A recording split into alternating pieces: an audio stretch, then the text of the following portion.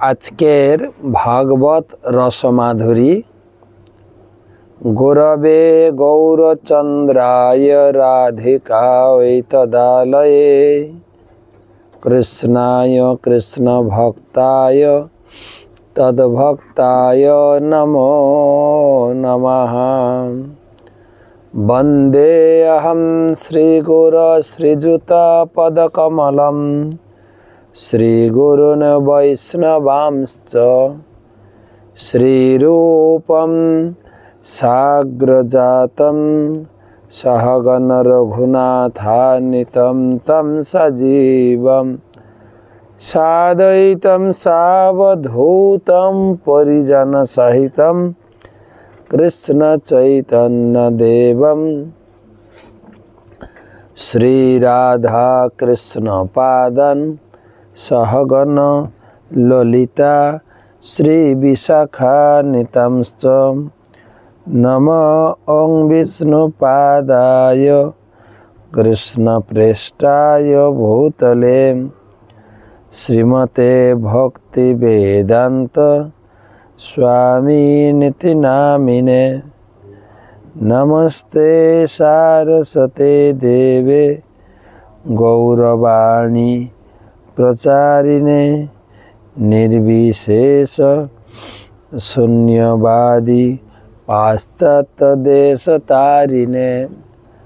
রামায় রামভদ্রায় রামচন্দ্রায় বেধসে রঘুনাথায় নাথায় সীতাयै পতয়ে নমঃ। জয় শ্রীকৃষ্ণ চৈতন্য প্রভু নিত্যানন্দ শ্রী অদ্বৈত গদাধর শিবাসাদি শ্রী গৌর ভক্তবৃন্দ। হরে কৃষ্ণ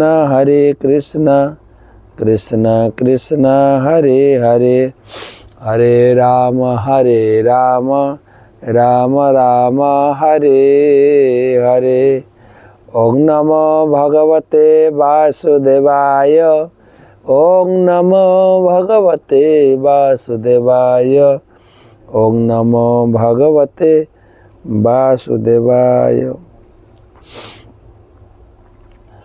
নারায়ণং নমস্কৃত্য নরং চৈব নরোত্তমং দেবীং সরস্বতীং ব্যাসং ততো জয়মুদীরয়েৎ। তমাদিদেবং করুণানিধানং তমালবর্ণং সুহিতাবতারং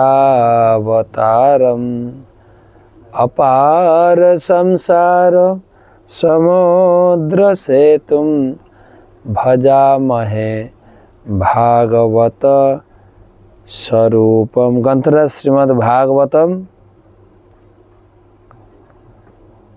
चतुर्थ स्कंध द्वाविंशति अध्याय आज के 33 श्लोक की आलोचना 33 नंबर श्लोक থেকে। तो प्रथमे समस्त भागवत पिपासु श्रोतमंडली सकल के जानाई এই অযোধ্যা ধাম থেকে भगवान रामचंद्रेर कृपा आशीर्वाद प्रीति शुभेच्छा अभिनंदन। गुरुपाद पद में प्रणाम निवेदन करे तार आशीर्वाद प्रार्थना करी। नमो ओं विष्णुपादाय कृष्ण प्रेष्ठाय भूतले श्रीमते जय पताका स्वामिनिति नामिने। नमाचार्य पदाय निताय कृपा प्रदायिने गौर कथा धामदाय नगर ग्राम तारिणे।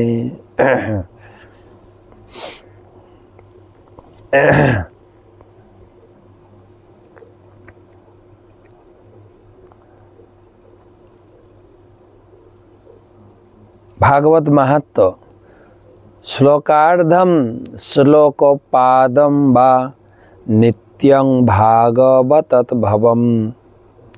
পঠস্ব সম্মুখে নৈব যদিচ্ছসি পরাম গতিম। যদি তোমার পরম গতি লাভ করার ইচ্ছা থাকে, নিজের মুখে সম্মুখে নিজের মুখে প্রতিদিন একটি ভাগবতমের শ্লোক অথবা অর্ধ শ্লোক অথবা এক পাদ শ্লোক তুমি উচ্চারণ করো। তো আমরা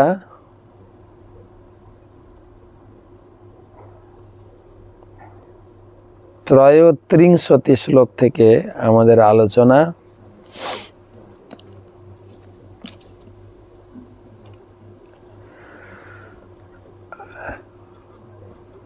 আলোচনা প্রসঙ্গ সনত কুমার ব্রহ্মচারীর উপদেশ পৃথু মহারাজের প্রতি, শুধু পৃথু মহারাজ নয় আমাদের সকলের প্রতি।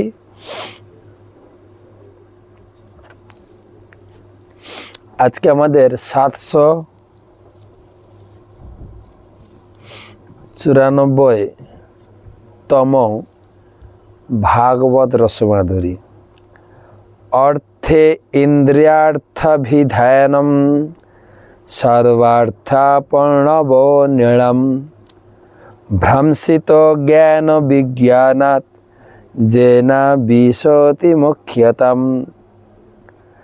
অর্থ ইন্দ্রিয়ার্থভিধানম সর্বার্থাপর্ণবো নিড়ম ভ্রংসিত জ্ঞান বিজ্ঞানাৎ যেনা বিশতি মুখ্যতম।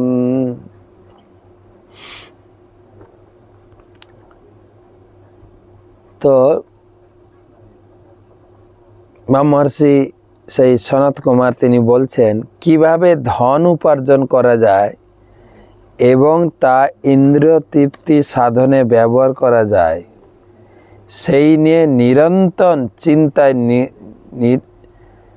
চিন্তায় নিরন্তর মগ্ন থাকলে মানব সমাজের প্রত্যেকের স্বার্থ বিনষ্ট হয়। জ্ঞান ও ভক্তিরহিত হওয়ার ফলে বৃক্ষ অথবা পাথর জনিতে প্রবিষ্ট হতে হয়। কথাটা একটু কড়াকড়ি। অর্থ ইন্দ্রিয়ার্থ ভিধানম, অর্থ ইনকাম আর কি করে ইন্দ্রিয় তৃপ্তি করব, বাড়ি বানাবো, ছেলে মেয়েকে আরো উচ্চ শিক্ষা করাবো, তারা বড় চাকরি পাবে, এই চিন্তায় দিন রাত মগ্ন। দিন রাত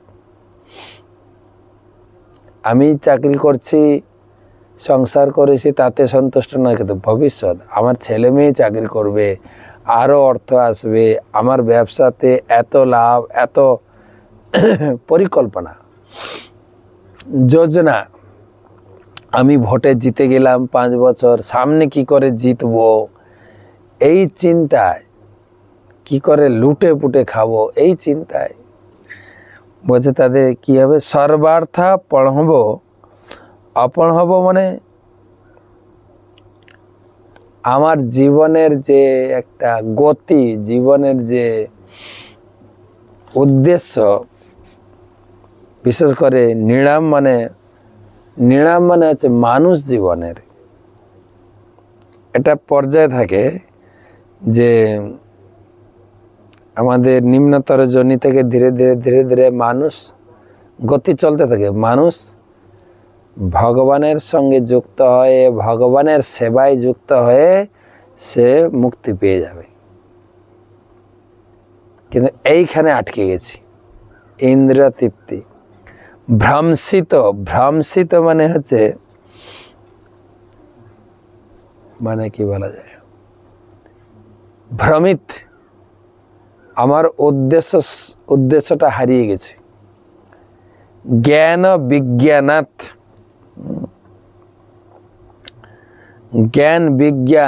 জ্ঞান অরিজিনাল জ্ঞান হারিয়ে ফেলেছি। কেবল কি হয়েছে, মুখ্যতম সর্বার্থ, কেবল অর্থ ইনকাম।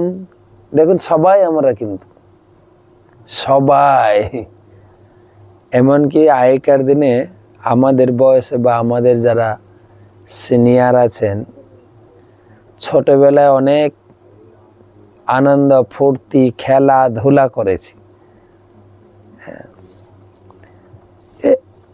আমাদের সিনিয়রদের জীবন সম্বন্ধে তো বলতে পারি না, আমার নিজের উপলব্ধি কতটুকুই বা পড়তাম। ছোটবেলায়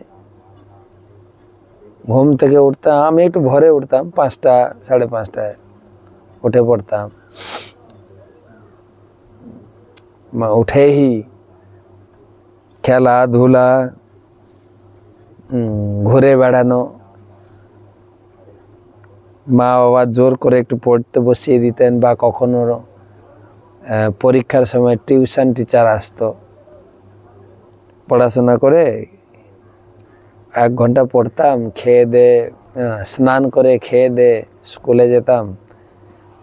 স্কুল খুলতে খুলতে 11টা, 2 ঘন্টা ক্লাস হতো, আবার প্রায় 45 মিনিট একটা পিরিয়ড খেলাধুলা, টিফিন পিরিয়ড, আবার 2 ঘন্টা পড়ে ঘরে এসে বুক ব্যাগটা ফেলে দিয়ে একটু খেয়ে দে মাঠে, সে সন্ধ্যা না হওয়া পর্যন্ত খেলাধুলা। ধুলায় ধূসরিত হয়ে মারপিট করে সব ফিরতাম। তারপরে একটু হারকেন জেলে ঝুলে ঝুলে পড়তাম, খেয়ে দিয়ে ঘুমিয়ে পড়তাম। আর এখন বাচ্চা পড়াশোনা শুরু করেছে, সবে জিজ্ঞেস করে কি হবে, আইএএস অফিসার, ডাক্তার, পাইলট, ওখান থেকেই আর সে দিন রাত বুক ব্যাগটা পিঠ থেকে আর খুলতেই পারে না। সকালে যে চাপে সেইটা নিয়ে টিউশন থেকে স্কুল কলেজ, ওখান থেকে এসে আবার টিউশন করতে করতে রাত্রি, মানে একদম কসাইর মতো জীবন। নামে কিন্তু ইন্দ্রতৃপ্তি হচ্ছে না, শুধু কসাই।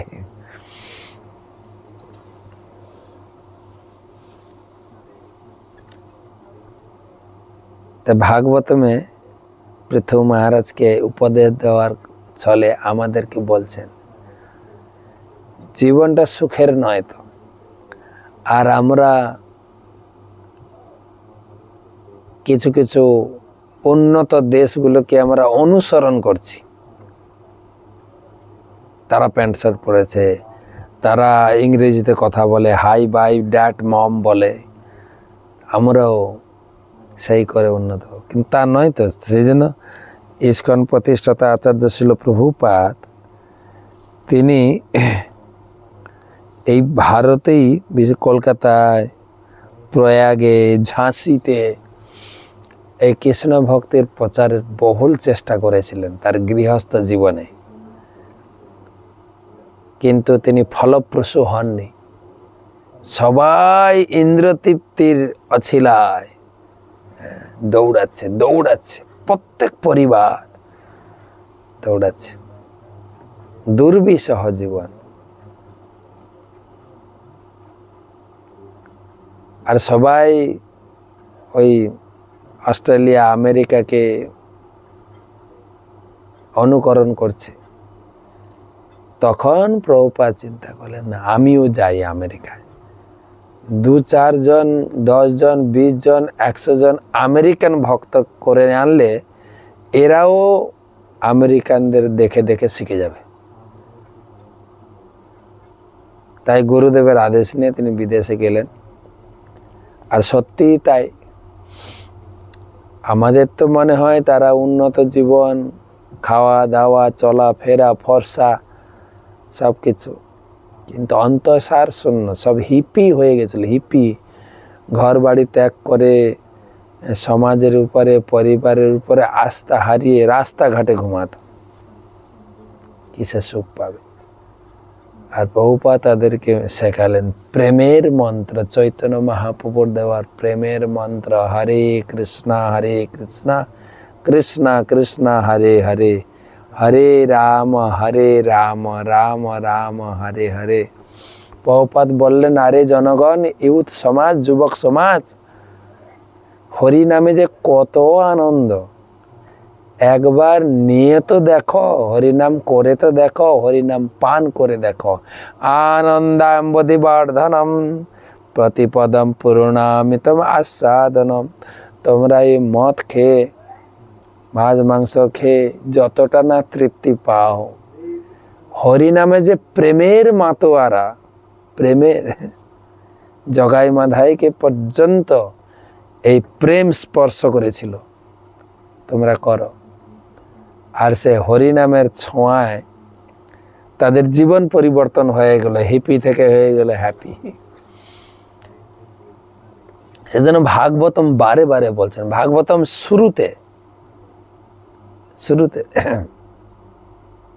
ভাগবত দিবা চ আর্থয়া রাজন কুটুম্ব ভরণে নবা। ভাগবতমের শুরুতেই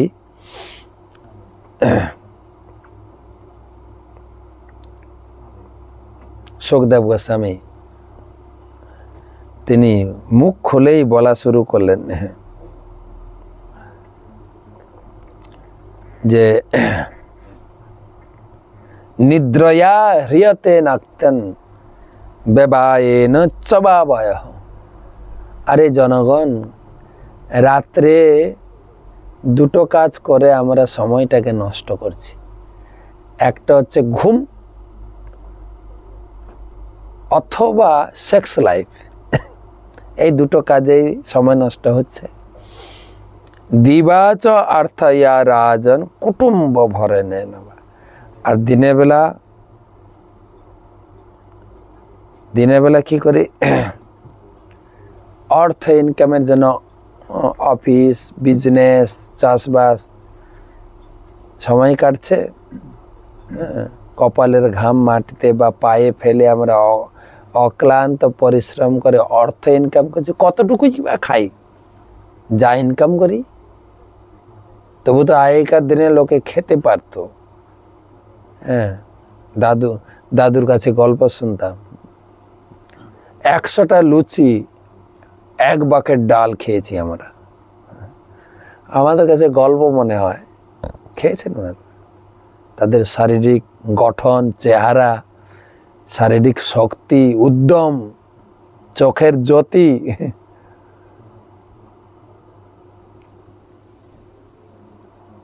সবকিছু একদম। আর এখন 50 গ্রামের চাল, তা আবার হাফ ফেলি। আমাদের অভ্যাস হয়ে গেছে ফেলা, খেতে গিয়ে কতটা ফেলি। 1টা 2টো 3টে লুচি খেলে তো ইনকাম করি কত, কিসের জন্য? নিজের আত্মীয় স্বজন 14 পুরুষ বসে খাবে। হ্যাঁ,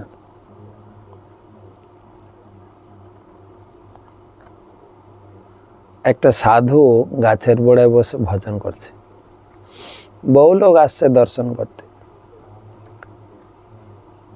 তো সাধুর সেই থেকে কিছুটা দূরে একটা নতুন 4 তলা বিল্ডিং হয়েছে। তো বিল্ডিং এর মালিকিন এবং মালিক দুজন বলে, চলো সাধুর কাছে একটু প্রণাম করে আছি, আশীর্বাদ নিয়ে আসছি। তো সাধু দর্শন করতে গেলে খালি হাতে যেতে নেই, তো কিছু নিয়ে যায় না। তো চাল ডাল, সিদা বলে, চাল ডাল, কিছু সবজি মশলা নিয়ে গেছে। সাধুকে প্রণাম করে বলছে, মহারাজ আপনার জন্য এই ভিক্ষা নিয়ে এসে, আপনি গ্রহণ করুন। সাধু স্বামী স্ত্রী ছিলেন। সাধু স্ত্রীকে বলছেন, দেখো তো ঘরে কিছু আছে কিনা। তার স্ত্রী এসে বলছেন, প্রভু যা চাল ডাল সবজি আছে, আজকে ভগবানের সেবা এবং আমাদের প্রসাদ হয়ে যাবে। তখন সাধু অত্যন্ত বিনয়ভাবে বলছেন সেই ভদ্রলোক, যে বাড়ির মালিক, তার জন্য দক্ষিণা ভিক্ষা নিয়ে এসছে, বলছে এটা গ্রহণ কর। তো সাধু বলছেন অত্যন্ত ভাবে, আজকে ভগবানের ব্যবস্থাপনায়, আজকে আমার তো আহার্যের ব্যবস্থা আছে, আমি আজকে নিতে পারবো না। যদি কালকে না পাই তুমি আসতে পারো। অবাক হয়ে গেল, আজকের খাবার আছে, কালকের জন্য সঞ্চয় করছে না। তখন তার স্ত্রী, সেই বাড়িওয়ালার স্ত্রী বলছে, দেখলে ওনার আজকের ভরণ পোষণের ব্যবস্থা আছে, তিনি সঞ্চয়ের জন্য নিচ্ছে না, কালকের জন্য নিচ্ছে না। কালকে ভগবান যা জুটাবেন তার উপরে নির্ভরশীল। আর তুমি কিনা 14 পুরুষের জন্য ব্যবস্থা করে যাচ্ছ। হ্যাঁ, বাড়ি বানিয়ে দিয়ে যাচ্ছি, আমি, আমার ছেলে মেয়ে, নাতি নাতনি সব ভোগ করতে থাকি। আরে কিছু ভগবানের সেবা করো, ভগবানের সেবা, তিনি হচ্ছেন আসল, সেটাই হচ্ছে আমাদের গতি। তো প্রশ্ন হচ্ছে, শতব্যাদ, সুখদেব গোস্বামী মুখ খুলেই দ্বিতীয় স্কন্ধে বলতে, শতব্যাদিনী রাজেন্দ্র নৃণাম সন্তি সহস্রশ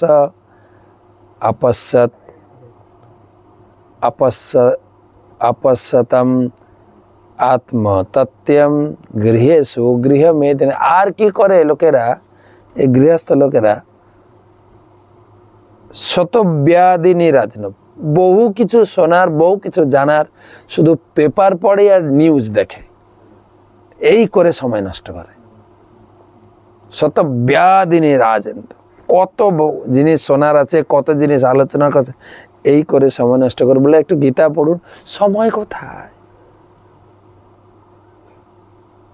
আর কিছু লোক তাল দিয়ে বলছে, আরে গীতা পড়ে যদি ভুল উচ্চারণ হয় তাহলে পাপ হবে, গীতা পড়িস না।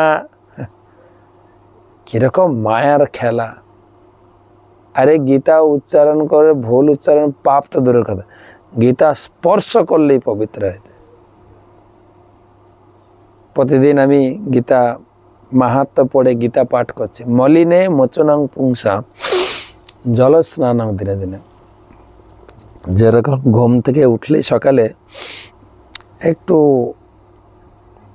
অপরিষ্কার অপরিচ্ছন্ন লাগে না, স্নান করে বা বাথরুমে হাত পা ধুয়ে এলে নিজেকে পরিষ্কার বোধ হয়, পরিচ্ছন্ন বোধ হয়। ঠিক সেই রকম গীতা স্পর্শ করলে তুমি জীবনের সমস্ত অপরিচ্ছন্ন অপবিত্র অবস্থা থেকে মুক্ত হয়ে যাবে। আশা করি আপনারা সকলে সেই পাঠ শুনছেন, 3 মিনিটের গীতা পাঠ। সকালে ঘুম থেকে উঠেই আমরা খুব সকালে পাঠ করি, সকালে ছাড়ি, এটা একদম 4:30 5টার মধ্যেই। যারা পাচ্ছেন না আমাকে লিখবেন, আর যারা পাচ্ছেন সাবস্ক্রাইব করবেন, এবং যত পারেন বন্ধু বান্ধবদের শেয়ার করবেন, তাদেরকেও বলবেন তারাও যেন সাবস্ক্রাইব করে। কেননা গীতা পাঠ দিয়ে, গীতা পাঠ শ্রবণের মাধ্যমে আমাদের দিন চর্চা শুরু হোক। ভগবান বলছেন কমকে একটা গীতা পড়ো, গীতার একটা শ্লোক, গীতার একটা পাত, গীতা অর্ধ শ্লোক। তো যেটা ছিল সর্বার্থপূর্ণ তাৎপর্য, জ্ঞান শব্দটির অর্থ হচ্ছে স্বরূপ সম্বন্ধে অবগত হওয়া, এবং বিজ্ঞান বলতে জীবনে সেই জ্ঞানের প্রয়োগ করা। জ্ঞান আর বিজ্ঞান, জ্ঞান মানে আমি যা পড়ছি, জানছি, শুনছি, আর বিজ্ঞান মানে সেই জ্ঞান নিজের জীবনে প্রয়োগ করে। যেরকম আমরা বললাম গীতা প্রতিদিন পড়া উচিত, কেন পড়বো জানলাম, এবারে নিজেকে পড়তে হবে, শুনতে হবে, তাহলে আমার পড়া হবে। যে আমি একটা শ্লোক পড়ি, আপনিও গীতা হাতে নিয়ে শ্লোকটা মিলিয়ে আমার সঙ্গে উচ্চারণ করবেন এবং অনুবাদটা পড়ে নেবেন 3 মিনিটের। তো জ্ঞান হচ্ছে জ্ঞান, বিজ্ঞান হচ্ছে নিজের জীবনে প্রয়োগ করা। যেটা আমরা স্কুল কলেজে পড়ি, বিজ্ঞান মানে হচ্ছে রিসার্চ করা জ্ঞান। রিসার্চ করে কি জানতে পারলাম না, আমার পূর্বজরা মানে আমার দাদুর দাদুর বা দাদু যারা ছিলেন তারা সব বানর ছিল। বানর থেকে, শিম্পাঞ্জি থেকে আমরা মানুষ হয়ে গেছি। এটা নোংরা বিজ্ঞান। এর ফলে আমরা আমাদের পূর্বজে যে মহাত্মারা আছেন, আমাদের সকলের গোত্র আছে, আমরা বানরের বংশধর নই। আমাদের গোত্র কাশ্যপ, শাণ্ডিল্য, আলিম্বান, ভরদ্বাজ। কাশ্যপ মানে কশ্যপ মুনির বংশধর। আমাদের পূর্বজ মহান ব্যক্তিত্ব ছিলেন।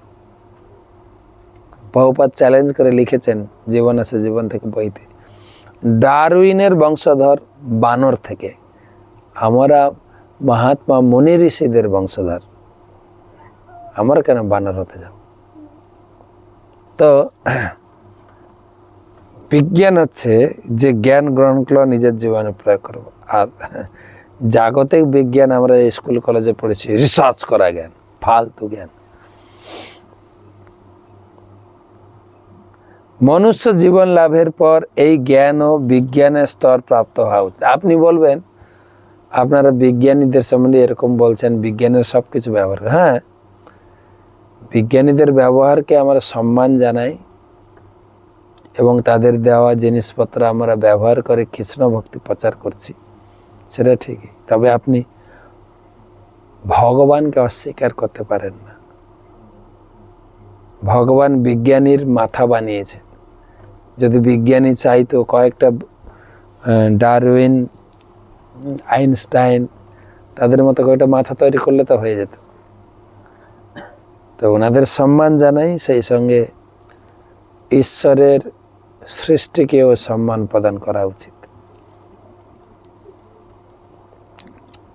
মনুষ্য জীবন লাভের পর এই জ্ঞান ও বিজ্ঞানের স্তর প্রাপ্ত হওয়া উচিত। কিন্তু এই মহান সুযোগ লাভের পরেও কেউ যদি জ্ঞান বিকশিত না করে, শ্রী গুরুদেব এবং শাস্ত্রের সাহায্যের মাধ্যমে এই জ্ঞানের ব্যবহারিক প্রয়োগ না করে, এই সুযোগের অপব্যবহার করলে তাহলে পরবর্তী জীবনে সে অবশ্যই স্থাবর যোনিতে জন্মগ্রহণ করবে।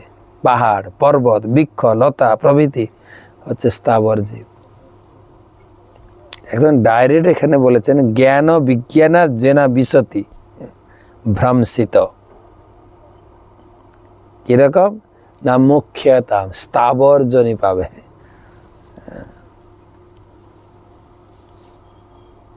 মৃত্যুর পরে তো একটা জীবন আছে।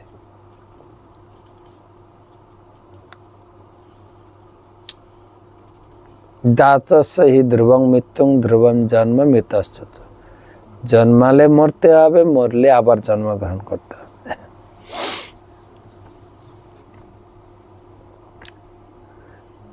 জীবনের এই স্তরকে বলা হয় পুণ্যতম বা মুখ্যতম,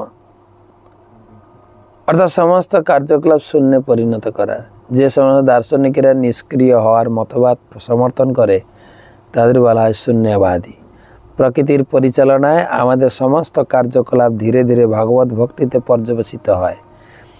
কিন্তু এমন অনেক দার্শনিক রয়েছে যারা তাদের কার্যকলাপ পবিত্র করার পরিবর্তে সব কিছুকেই শূন্যে পরিণত করতে চায় অথবা সমস্ত কার্যকলাপ রহিত করতে চায়। সেই নিষ্ক্রিয়তার প্রতীক হচ্ছে বৃক্ষ ও পর্বত। প্রকৃতির নিয়মে তারা এক প্রকার দণ্ড ভোগ করছে। আমরা যদি আমাদের জীবনের প্রকৃত উদ্দেশ্য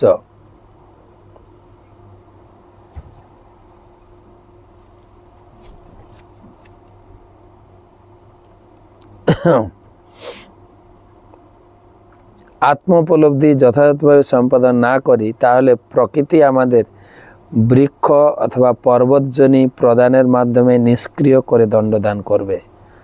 তাই এখানে ইন্দ্রিয় তৃপ্তির উদ্দেশ্যে যে কর্ম করার নিন্দা করা হয়েছে, সর্বদা অর্থ উপার্জন ও ইন্দ্রিয় তৃপ্তি সাধনের চিন্তায় যে মগ্ন থাকে সে আত্মহত্যার পন্থা অনুসরণ করছে। বাস্তবিক পক্ষে সমগ্র মানব সমাজ এই পথ অনুসরণ করছে। মানুষ যেন তেন প্রকারেণ অর্থ সংগ্রহ করে বদ্ধপরিকর হচ্ছে। ইন্দ্রিয় সুখভোগের জন্য ভিক্ষা করে হোক অথবা ঋণ করে হোক অথবা চুরি করে হোক, তারা অর্থ সংগ্রহ করতে চায়। আত্মোপলব্ধির পথে এই প্রকার স্তব্ধতা সবচাইতে বড় প্রতিবন্ধক। তো আমরা শুনলাম কেবল ইন্দ্রিয় তৃপ্তি, অর্থ উপার্জন এবং যদি ভগবত ভক্তি অনুশীলন না করি তাহলে পরবর্তী জীবন বৃক্ষলতা অথবা পাথরজনি পেতে হবে। 34 শ্লোক 34 ন কুর্যাৎ কহির্চিৎ সংযম তমস্তীব্রম তিতিরিষু ধর্মার্থ কাম মোক্ষ্যানাম যদত্যন্ত বিঘাতকম। ন কুর্যাৎ কহির্চিৎ সংযম তমস্তীব্রম তিতিরিষু ধর্মার্থ কাম মোক্ষ্যানাম যদন্ত বিঘাতকম। যারা অজ্ঞান সমুদ্রে উত্তীর্ণ হতে ঐকান্তিক অভিলাষী তাদের কখনো তমগুণের সঙ্গ করা উচিত নয়, কারণ ভোগবাদী কার্যকলাপ ধর্ম অর্থ কাম ও মোক্ষের সবচাইতে বড় প্রতিবন্ধক।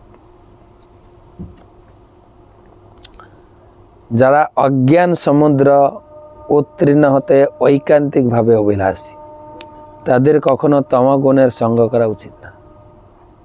এবারে কোন ধরনের সঙ্গ করলে আপনি এই ধরনের ভক্তি ভাবে যুক্ত হতে পারবেন, সঙ্গের বিচার।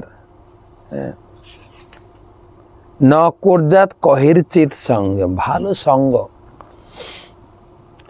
সবার সঙ্গে মেলামেশা করলে জীবন নষ্ট হয়ে যাবে।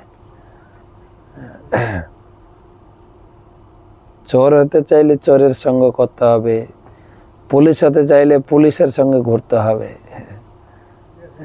আমাদের ডাক্তার বাবুরা যারা চিকিৎসা করছেন, শরীরের ভালো মন্দ বিচার করে ট্রিটমেন্ট করছেন, তাদের কাছে গেলে আপনি একদম শরীর চিন্তায় মগ্ন হয়ে যাবেন।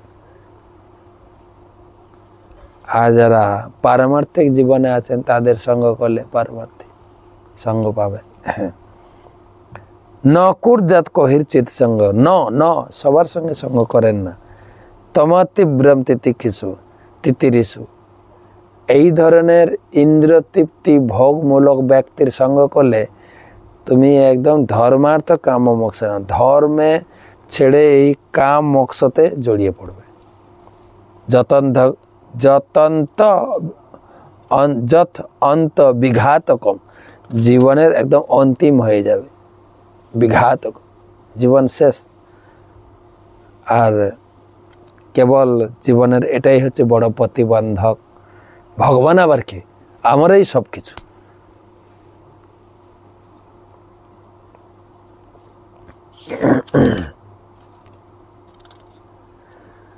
জীবনের 4টি বর্গ মানুষকে ধর্মীয় নীতি, সামাজিক স্থিতি অনুসারে অর্থ উপার্জন, বিধিনিষেধ অনুসারে ইন্দ্রিয় সুখভোগ এবং জড় আসক্তি ও মুক্তির পথে অগ্রসর হতে সাহায্য করে। যতক্ষণ পর্যন্ত দেহ রয়েছে ততক্ষণ এই সমস্ত জাগতিক আসক্তি থেকে সম্পূর্ণরূপে মুক্ত হওয়া সম্ভব নয়, কিন্তু তা বলে সমস্ত ধর্মীয় অনুশাসন বর্জন করে কেবল ইন্দ্রিয় সুখ ভোগ এবং সেই উদ্দেশ্যে অর্থ উপার্জন করার জন্য কার্য করার নির্দেশ দেওয়া হয়নি। আধুনিক মানব সভ্যতা ধর্মীয় অনুশাসনের ধার ধারে না। বর্তমান সমাজ ধর্ম টর্ম, আপনারা দেখলেন না, এখানে রাম মন্দির উদ্বোধন হলো, কিছু লোক সেই ধর্মের বিরোধিতা করে বাংলায় কত বড় বড় মিছিল করলো। ধর্মের বিরোধিতা।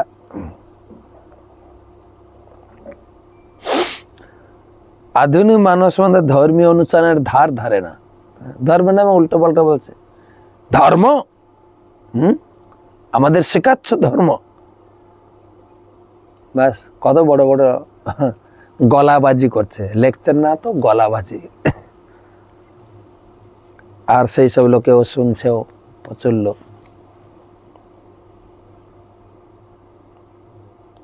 আর মুখেও বলছে আমি ব্রাহ্মণ ঘরের লোক, আমাকে ধর্ম শেখাচ্ছ। হ্যাঁ, আবার শুরুতে বলছে আমার জন্ম ব্রাহ্মণ ঘরে, যদিও আমি ব্রাহ্মণের কিছু করি না, আমি পৈতা পর্যন্ত নিয়ে নাই, কিন্তু আমাকে ধর্ম শেখাচ্ছ। হ্যাঁ, ধর্মের নামে রাজনীতি।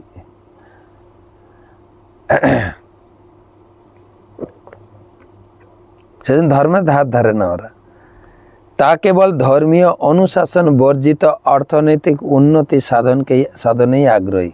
কেবল টাকা কি করে।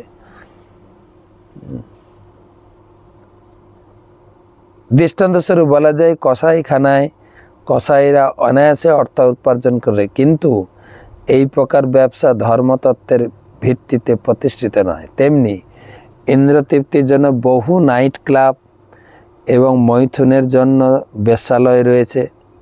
বিবাহিত জীবনে অবশ্য মৈথুনের অনুমতি রয়েছে, কিন্তু বেশ্যাবৃত্তি নিষিদ্ধ। কারণ আমাদের সমস্ত কার্যকলাপের চরম লক্ষ্য হচ্ছে জড়জগতের বন্ধন থেকে মুক্তি। তেমনি সরকার যদিও মদিরালয় খোলার অনুমতি দিতে পারে, কিন্তু তার অর্থই নয় যে অবাধে মদিরালয় খোলা থাকবে এবং অবৈধে মদের চোরাচালান হবে। আমার ভালো লাগলো, আমি বিহারে পাটনায় গেছিলাম মন্দির উদ্বোধনে গত এপ্রিলে বা গত অক্টোবর মাসে আমাদের মিটিং ছিল, গেছিলাম। এয়ারপোর্টটা বেশি বড় না, ছোট এয়ারপোর্ট। এয়ারপোর্টে ঢুকেই যখন আমি বেল্ট থেকে ব্যাগ তুলছিলাম, দেখলাম লেখা আছে দেওয়ালে, মদ নিষিদ্ধ, মদিরা সম্পূর্ণরূপে নিষিদ্ধ। প্রত্যেক এয়ারপোর্টে মদের বড় ব্যবসা চলছে, কেননা আপনি বাইরে থেকে নিয়ে যাবেন, যদি আপনার ব্যাগের ওজন বেশি হয় অনেক টাকা ফাইন করবে, কিন্তু ওখান থেকে আপনি বড় বড় মদের বোতল কিনবেন, মদ খাবেন, ওগুলো আপনার ফ্রি। বিশাল বিশাল দিল্লি এয়ারপোর্টে দেখলাম বিশাল মদের দোকান। আর আপনাকে বিমান ধরতে গেলে ওই সব দোকানের মাঝখান দিয়ে হয়ে হয়ে আপনাকে যেতে হবে। আর আপনি বিমান থেকে নেমে বেরোতে গেলেও ওর ভিতর দিয়ে বেরোতে হবে। কোটি কোটি টাকার বিজনেস। কিন্তু পাটনায় নেমে দেখলাম মদ নিষিদ্ধ, তাই না, যদি আপনি কোথাও থেকে মদ নিয়ে এই এয়ারপোর্টে নেমে বেরোন, যদি ধরা পড়ে আপনার প্রচুর ফাইন হবে এবং আপনাকে জেলখানায় যেতে হবে, এটাও লেখা আছে। বর্তমান সময় এত বড় একটা স্টেপ সত্যি প্রশংসনীয়। যদিও এর পিছনে একটা বিহারের লোকের একটা কারণ দর্শায়। কারণটা হচ্ছে এটাই যে নীতিশ সরকার কয়েকটা টার্মে জিতল, সে একটা জিনিস অনুধাবন করেছে বিহারে, পুরুষ লোকেরা মদ খায়, দেশীয় মদ হোক, ঘরের মদ হোক, বিদেশি মদ খায়, আর নেশায় বিভোর হয়ে ঘরের মহিলাদেরকে, বাচ্চাদের উপরে অত্যাচার করে। তো নীতিশ সরকার সম্পূর্ণরূপে ব্যান্ড করেছে। কোনো প্রকারে যদি কারো বাড়িতে মদ বা চোরাচালান মদ অথবা ঘরে বানানো মদ দেখা যায়, তাকে অ্যারেস্ট করা হবে। তার ফলে হয়তো 100% কার্যকরী না হতে পারে, কিন্তু কিছুটা, যার ফলে মহিলারা বেঁচে গেছে, তাদেরকে আর পেটাচ্ছে না, যার ফলে প্রচুর মহিলা ভোট পাচ্ছে নীতিশ।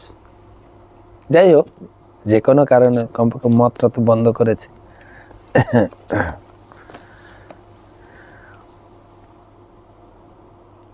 চিনি, গম বা দুধের জন্য অনুমতি নেওয়ার প্রয়োজন হয় না, কেন সেগুলি নিয়ন্ত্রণ করার আবশ্যকতা হয় না। পক্ষান্তরে বলা যায় যে মানুষের উপদেশ দেওয়া হয় যে এমন কার্য না করতে যার ফলে পারমার্থিক জীবন ও মুক্তির পথে অগ্রসর হওয়ার প্রতিবন্ধকতা সৃষ্টি হয়। আমরা ছোটবেলায় সেই ধারাপাত, বিদ্যাসাগরের সহজ পাঠ যতটুকু আমার মনে আছে, সৎ পথে চলো, কদাত মিথ্যা কথা কহিবে না, এগুলো আমরা ছোটবেলায় শিখেছি। আর ভগবানের ইচ্ছায় সেই শিক্ষা, ছোটবেলাকার শিক্ষা এখন কাজে লাগাতে পারছি। সৎ পথে চলো, সৎ চিন্তা, সৎ ভাবনা। সৎ মানে হচ্ছে ভগবান। ভগবানকে তিনভাবে বলা হয়, সৎ, চিত, আনন্দ। তাই সৎ পথে, ভগবানের পথে চলো। সৎ চিন্তা, সৎ নাগরিক হওয়ার আমাদের শিক্ষা পেয়েছি ছোটবেলায়, শিক্ষক মশাই, বাবা মা, গুরুজনদের কাছে। আর সেটাই এখন গুরুদেব সেই পথেই পরিচালিত করছেন, মানে ব্যবহারিকভাবে। অ্যাটলিস্ট ভগবানকে ভক্তি করতে পারি না পারি, সৎ মানুষকে কখনো অসৎ হওয়ার শিক্ষা দেওয়া যাবে না। সৎ পথে চলুক মানুষ। আর সৎ পথে চলতে গেলে অনেক কষ্ট। আমরা মহাভারতে দেখি, দুর্যোধন ছিলেন অসৎ, যুধিষ্ঠির ছিলেন সৎ। দুজনের ব্যবহারিক জীবন, সামাজিক জীবন দেখলে অনেকটা বিপরীত মনে হতে পারে, কিন্তু এবং ভগবান তাদের মধ্যে ছিলেন সরাসরি, কিন্তু আলটিমেট রেজাল্ট, শেষমেশটা কি দেখা গেল? প্রভুপাদ লিখেছেন, একই যুদ্ধক্ষেত্রে অর্জুন দুর্যোধন যুদ্ধ করে, অর্জুন বাঁচিয়া রহে, দুর্যোধন মরে। আমাদের রেজাল্টটা দেখতে হবে।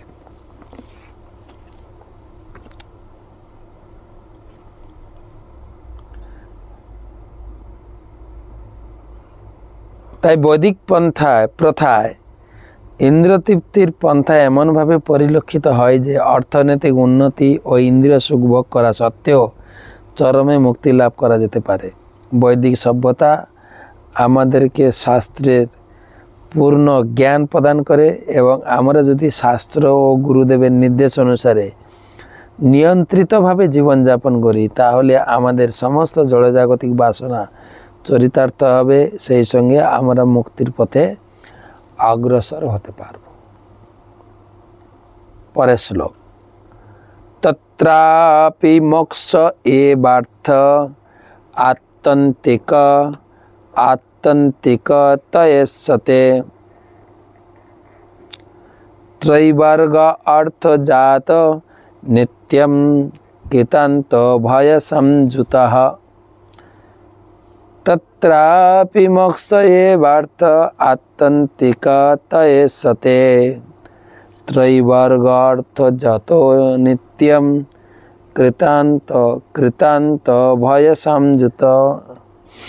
এই আলোচনা থেকে আরেকটা জিনিস আমরা শিক্ষা লাভ করছি, আমরা নিজেরা সৎ পথে চলবো, সৎ চিন্তা, সৎ ভাবনা, সৎ নাগরিক, এবং আমার ব্যবহারের মাধ্যমে, কথার মাধ্যমে, উপদেশের মাধ্যমে আমাদের যারা ছোটরা, ছেলে মেয়ে, নাতি নাতনি, ভাই বোন, তাদেরকেও সেই পথে, সৎ পথে চলো। সৎ পথে, সৎ ভাবনা, সকালে উঠে ঈশ্বরের চিন্তা করো, তাহলে একজন সৎ নাগরিক। আমি আরেকবার বলছি, যদিও যুধিষ্ঠির মহারাজ সৎ পথে থাকার জন্য তার জীবনে কত কষ্ট, কিন্তু কৃষ্ণকে ছাড়েনি, ধর্ম ছাড়েনি, শেষে তিনিই জয়ী হয়েছিলেন। ধর্মের কল বাতাসে নড়ে। সেই শিক্ষাটা আমরাও আমাদের ছোটদেরকে সবসময় যেন দিতে থাকি, উৎসাহিত করতে থাকি, এবং আমার আচার আচরণের মাধ্যমে, কোনো কিছু আচার আচরণ, কথাবার্তা, ব্যবহার যা দেখে ছোটরা অসৎ পথে যেন না যায়।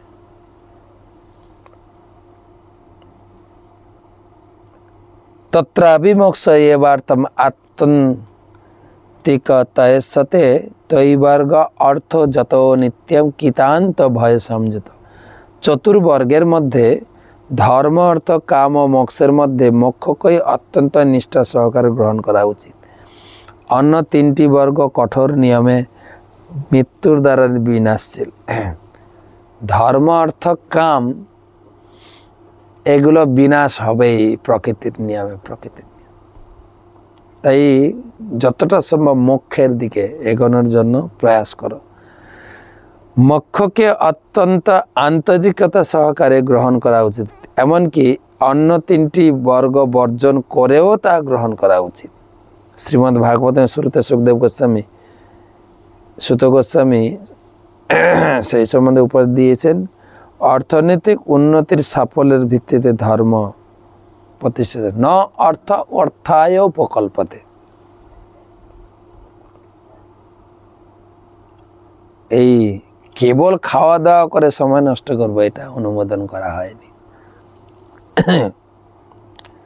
যেহেতু আমরা ইন্দ্রিয় সুখ ভোগের প্রতি অত্যন্ত আসক্ত, তাই আমরা অর্থনৈতিক উন্নতি সাধনের উদ্দেশ্যে মন্দিরে বা গির্জায় গিয়ে ভগবানের কাছে ধর্ণা দিই।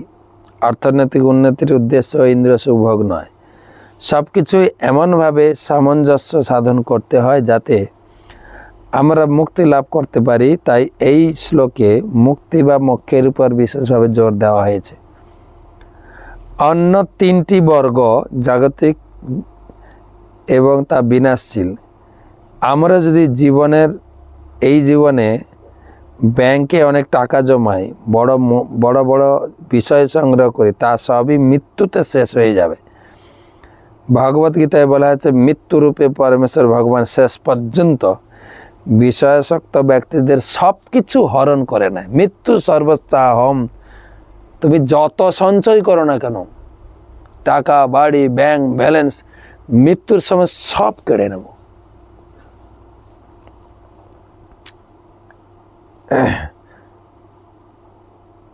মূর্খতাবশত আমরা সে কথা বিচার করে দেখি না। মূর্খতাবশত আমরা মৃত্যুর ভয়ে ভীত নই, এমনকি আমরা বিচার করেও দেখি না যে ধর্ম অর্থ কামের দ্বারা অর্জিত সব কিছু মৃত্যু হরণ করে নেবে। ধর্মের দ্বারা অথবা পুণ্য কর্মের দ্বারা আমরা স্বর্গলোকে উন্নীত হতে পারি, কিন্তু তার অর্থ এই নয় যে আমরা জন্ম মৃত্যু ও জরাব্যাধির বন্ধন থেকে মুক্ত হতে পারব। মূল কথা হচ্ছে, আমরা ধর্ম অর্থ কাম এই ত্রৈবর্গ বিসর্জন দিতে পারি, কিন্তু মুক্তির উদ্দেশ্য বর্জন করতে পারি না। মুক্তি সম্বন্ধে ভগবদ্গীতায় বলা হয়েছে, ত্যক্ত্যা দেহং পুনর্জন্ম নৈতি। মুক্তির অর্থ হচ্ছে এই দেহ ত্যাগ করার পর আর একটি জড়দেহে জন্মগ্রহণ করতে হয় না। নির্বিশেষবাদীদের কাছে মুক্তি মানে হচ্ছে নির্বিশেষ ব্রহ্মে লীন হয়ে যাওয়া, কিন্তু প্রকৃতপক্ষে তা মোক্ষ নয়, কারণ এই নির্বিশেষ অবস্থা থেকে তাকে পুনরায় এই জড় জগতে পতিত হতে হয়। তাই পরমেশ্বর ভগবানের শরণ গ্রহণের চেষ্টা করা উচিত, তার প্রেমময় সেবায় যুক্ত হওয়া উচিত। সেটি হচ্ছে প্রকৃত মুক্তি। অতএব মূল কথাটি হচ্ছে যে পুণ্যকর্ম, অর্থনৈতিক উন্নতি ও ইন্দ্রিয় সুখভোগের প্রতি গুরুত্ব না দিয়ে আমাদের ভগবত ধামে পৌঁছানোর চেষ্টা করা উচিত, যার মধ্যে সর্বোচ্চ হচ্ছে গোলক বৃন্দাবন, যেখানে ভগবান শ্রীকৃষ্ণ বিরাজ করেন। তাই যারা প্রকৃতপক্ষে মুক্তি লাভে অভিলাষী, তাদের জন্য কৃষ্ণ ভক্তি আন্দোলন হচ্ছে সর্বশ্রেষ্ঠ উপহার। তো আজকে এই পর্যন্ত রাখি। কালকে বৃহস্পতিবার মনে হয় নাকি? কালকে চৈতন্য সুধা মাধুরী, তারপরে আবার ধারাবাহিক আলোচনায় পরশুদিন থেকে।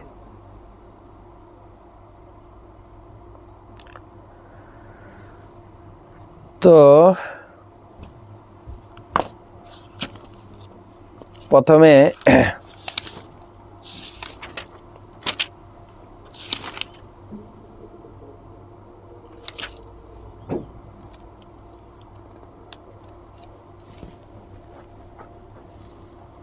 কিছু গীতাদানের লিস্ট ঘোষণা করি। আমাদের গীতা দান শুরু হয়ে গেছে গত 22 তারিখ থেকে, বিকাল থেকে, কেননা দুপুর পর্যন্ত কারফিউ ছিল এখানে। তারপরে আমরা গীতা বিতরণ শুরু করেছি। আমি কিছু ফটো পাঠিয়েছি, যারা গীতা দান করেছেন অবশ্যই আপনার ফটো পেয়েছেন, মেসেজ পেয়েছেন কিভাবে গীতা দান হচ্ছে এখানে। গুরুদেবের নিয়ম যে সম্পূর্ণ তোমরা তো গীতা পেয়েছ লোকেদের কাছ থেকে, তবে সেই গীতা বিনামূল্যে লোককে দিলে হয়তো মর্যাদা দেবে না, তাই একটা ছোট বই বিক্রি করো 50 টাকা, তার সঙ্গে গীতাটা ফ্রি দাও। এবং সাধু সন্ত মহাত্মা যারা লাল কাপড় সাধু সন্ত আমরা দেখতে পাচ্ছি তাদেরকে আমরা বিনামূল্যে দিচ্ছি, কিন্তু বাকি যারা পুণ্যার্থী এসছেন তারাও গীতা চাইছে, কিন্তু বিনামূল্যে দিচ্ছি না। একটা ছোট বই 50 টাকা দাম, তার সঙ্গে একটা গীতা ফ্রি, প্রভুপাদের জীবনী পাম্পলেট ফ্রি। এবং তাদেরকে আহ্বান করছে আপনারা আসুন ক্যাম্পে, একদম ভরপুর প্রসাদ খাওয়াচ্ছি। হ্যাঁ, আমি মাঝে মাঝে ছবি পাঠাবো।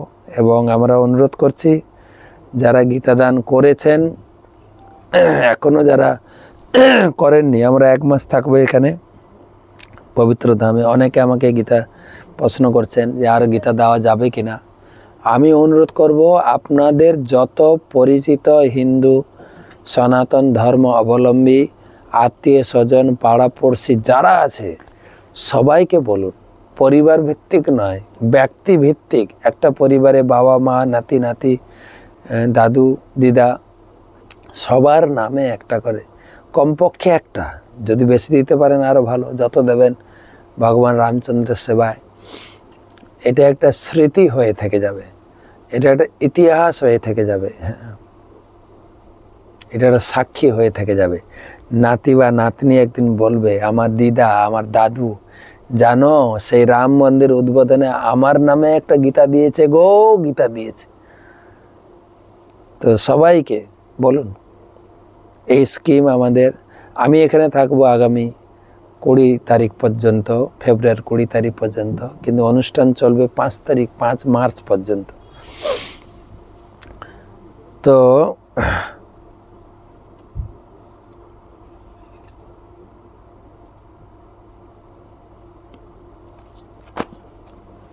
যারা আজকে গীতা দিয়েছেন, হরি গোপালক দাস আসাম থেকে 6টি গীতা, অভয়চরণ নিমাই দাস 6টি গীতা, মায়াপুর থেকে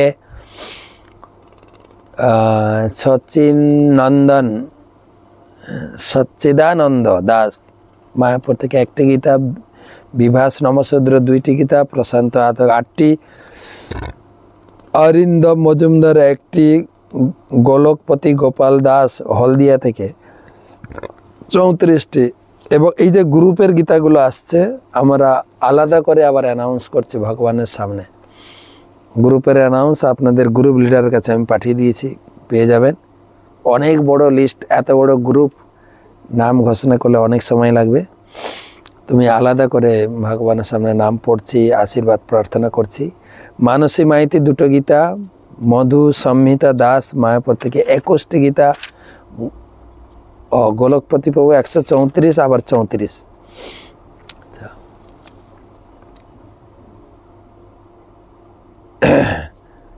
অচিন্ত দে 2টি গীতা, নিষ্ঠাবতী যশোদা মাতাজি 2টো গীতা মুম্বাই থেকে, মৃদুলা চক্রবর্তী 1টি গীতা কলকাতা থেকে, উষা ঝা 4টি গীতা, লিপুরানী সরকার 1টি গীতা, জীবাশ্রয় চৈতন্য দাস, জীবাশ্রয় প্রভু প্রতি একাদশীতে 2টো করে গীতা দিয়ে থাকেন।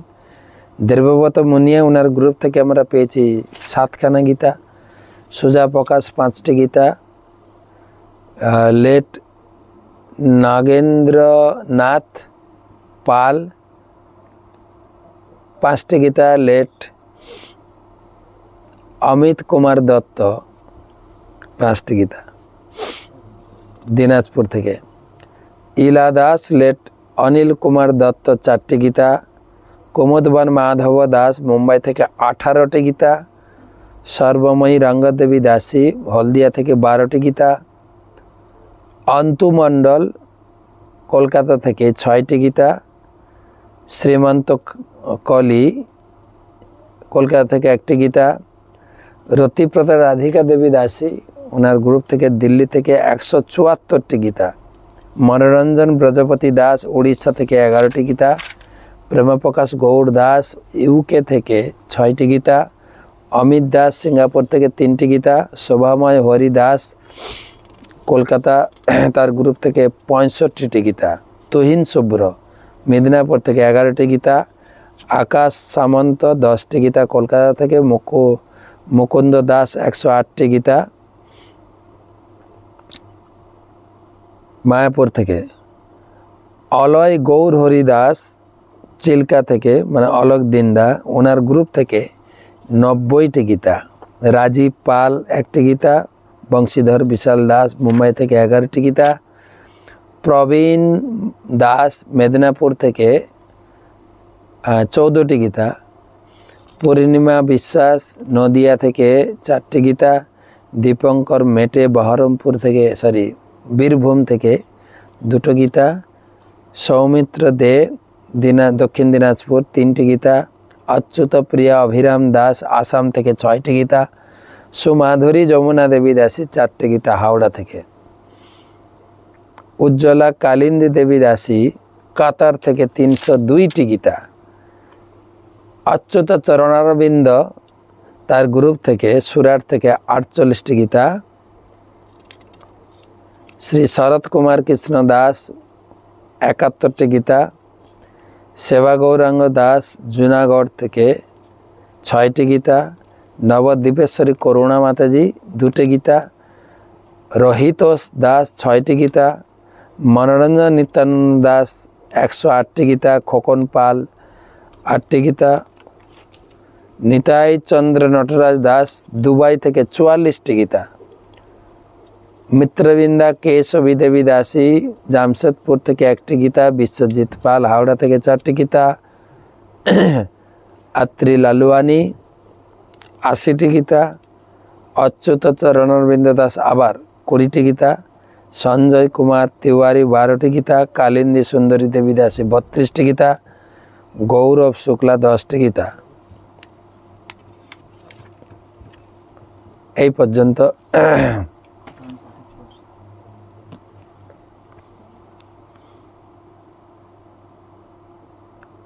অপূর্ব সুযোগ গীতাদানের। আপনারাও নিজেরা এসে গীতাদান করতে পারেন, চলে আসুন, এখনো 1 মাস থাকবো।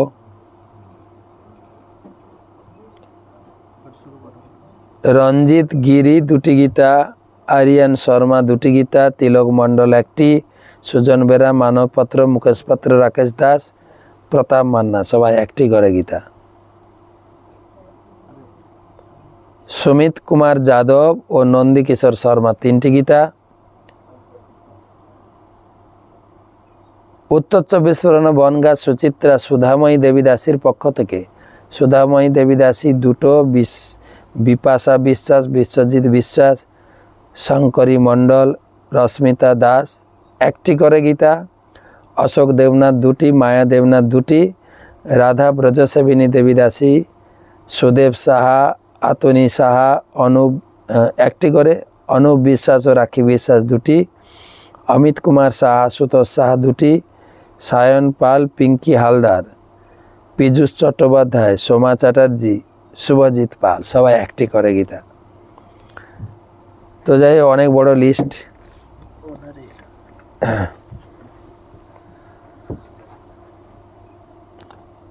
ঝর্ণা মৃধা,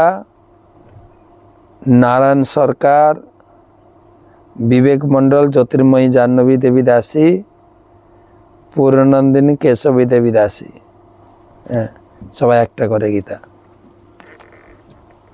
তো সবাইকে যাদের যাদের আমি নাম আজকে ঘোষণা করলাম, আপনাদের সকলের এবং আপনাদের সকলের পরিবার, আত্মীয় স্বজন সকলের মঙ্গল হোক ভগবান রামচন্দ্রের আশীর্বাদে।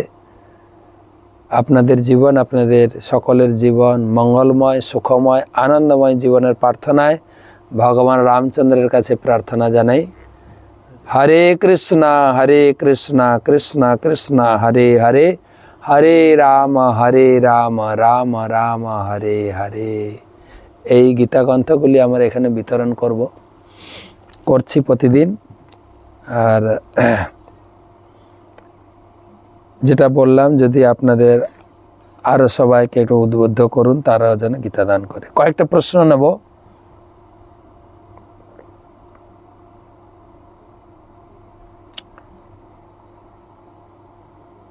সুপ্রতিম পুরকাইত, আমি বলছিলাম যে রামলালা, রামলোলা, লোলা মানে কি প্লিজ বলবেন? তাহলে ভালো হতো, কেননা আমার বন্ধুরা জিজ্ঞাসা করছে। লালা মানে হচ্ছে ছোট্ট শিশুকে লালা বলা হয়, বা লালি, এগুলো আদর করে ডাকে, আদর করে। যেরকম বৃন্দাবনে রাধারানীকে লাডলি লালি বলে, সেভাবে ভগবান রামচন্দ্রকে আদর করে রাম লালা। রাম আমাদের ছোট্ট শিশু। তো এখানে রাম লক্ষ্মণ সীতা হনুমান প্রতিষ্ঠিত হয়নি, যেহেতু এটা রামের জন্মভূমি, তাই জন্মভূমিতে রামলালা, রাম এবং অন্যান্য 3 ভাই লক্ষ্মণ ভরত শত্রুঘ্ন, সেই বিগ্রহ প্রতিষ্ঠা হলো। রামের বালক বিগ্রহ, তাই রামলালা।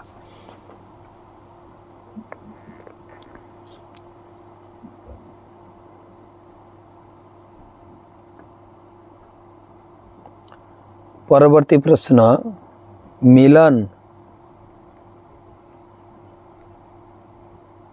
মার্জিত আমার দীক্ষা হয়নি, কিন্তু আমি কি গীতা পাঠ করার আগে আপনাদের মতো বন্দনাগুলি করতে পারি? হ্যাঁ, এ তো মঙ্গলাচরণ, আপনি যে কোনো বইতে পেয়ে যাবেন, অবশ্যই করবেন। গুরু প্রণাম করবেন, আর বৈষ্ণব প্রণাম। আপনার ঘরে যে ঠাকুর আছে, রাধাকৃষ্ণ থাকলে রাধাকৃষ্ণ ঠাকুরকে প্রণাম করবেন, গৌর নিতাই থাকলে গৌর নিতাই প্রণাম করবেন, জগন্নাথ থাকলে জগন্নাথ প্রণাম করবেন, নারায়ণ ঠাকুর থাকলে নারায়ণকে প্রণাম করে গীতা পাঠ করা শুরু করবেন। কোনো নির্দিষ্ট যে এই মন্ত্র বলতে হবে, মেনলি গুরু মন্ত্র বলতে হয়, বাকি আপনি যত মন্ত্র আপনার সময় সাপেক্ষে আপনি উচ্চারণ করতে পারেন। মঙ্গলাচরণ, মঙ্গল উচ্চারণ করে আমরা পাঠ শুরু করি।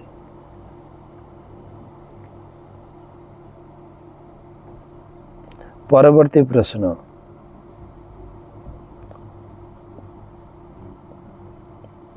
শুভঙ্কর সাহু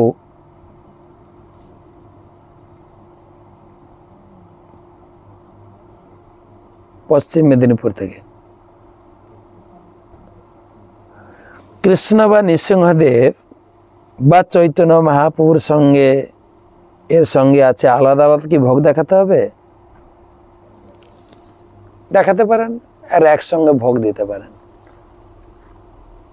একসঙ্গে ভোগও দিতে পারেন। আচ্ছা, আরেকটা প্রশ্ন, আমরা কৃষ্ণ রাধা না বলে রাধা কৃষ্ণ বলি কেন? বলতে পারেন কৃষ্ণ রাধা, অসুবিধা নেই, বা শুধু কৃষ্ণ বলতে পারেন, শুধু রাধা বলতে পারেন। তো রাধা কৃষ্ণ বলার অর্থ হচ্ছে রাধারানী হচ্ছেন শক্তি, তাই রাধার নাম বললে কৃষ্ণ সন্তুষ্ট হন এবং তাড়াতাড়ি কৃষ্ণ কৃপা লাভ করতে পারবো, সেই জন্য আমরা রাধা কৃষ্ণ বলি। রাধার নাম উচ্চারণ করলে ভগবান প্রসন্ন হয়ে আমাকে অনেক আশীর্বাদ করবেন।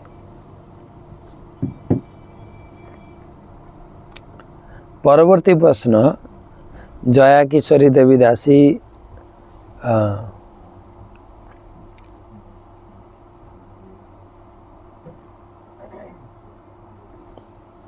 বর্ধমান থেকে। আমার প্রশ্ন হলো, সহদেব তো জ্যোতিষশাস্ত্র নিপুণ ছিলেন, তাহলে নিজেদের মানে পাণ্ডবদের এত কষ্টটা সে কি গণনা করে বলতে পারতো না? জ্যোতিষীরা তো অনেকের সমস্যার সমাধান করেন, নিজেদের সমস্যার সমাধান করেন কেন? আপনার প্রশ্নটা আমি সহদেবের সঙ্গে দেখা হলে জিজ্ঞেস করি, তারপরে উত্তর দিই নাকি? শুনেন, একটা বিশেষ কথা হচ্ছে, এটা তো একটা অভিনয় ছিল। ভগবান কৃষ্ণ সঙ্গে ছিলেন। আমাদের বাংলায় একটা কথা আছে না, ঝি কে মেরে বউকে শেখানো। ভগবান তার ভক্তদের দিয়ে দেখিয়ে দিয়ে গেছেন যে বিভিন্ন প্রকার বিপদে আপদেও তারা ভগবানকে ছাড়েননি। আমরা লোককে বলি ভগবানের পথে এলে বিপদ চলে যাবে, হ্যাঁ অবশ্যই যাবে, ভগবানের উপর ভরসা রাখতে হবে। 2-4 দিন ভক্তি জীবনে এসে আমার কিছু হচ্ছে না, আর না, অনেক বিপদ দেখাচ্ছিল বাইরে থেকে, কিন্তু অন্তিমে রেজাল্টটা দেখুন। তাই ভগবান তাদেরকে দিয়ে জগৎকে শিখিয়ে দিয়ে গেছেন, হ্যাঁ ধৈর্য ধারণ করো, অধৈর্য হয়েও না। লাস্ট প্রশ্ন,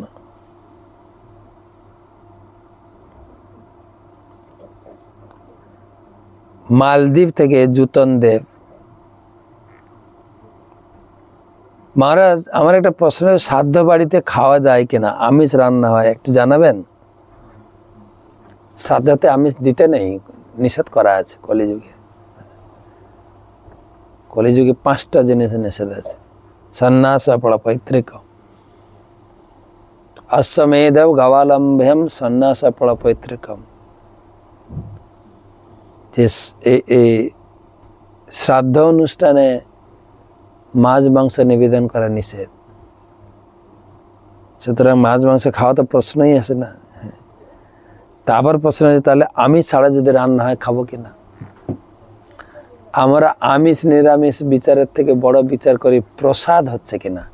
শ্রাদ্ধ অনুষ্ঠান মানে আমার পূর্বজকে শ্রদ্ধা নিবেদন করা, প্রসাদ লাগিয়ে ভগবান বিষ্ণুকে নিবেদন করে, তার উদ্দেশ্যে নিবেদন করলে যে মারা গেছেন তাকে দিলে সে মুক্তি পায়। তো সেই যদি প্রসাদ হয় আপনি খেতে পারেন। তো আজকে এই পর্যন্ত রাখি। অযোধ্যা ধাম থেকে সকলের মঙ্গল কামনা করি। ভালো থাকবেন, সুরক্ষিত থাকবেন। শুভরাত্রি।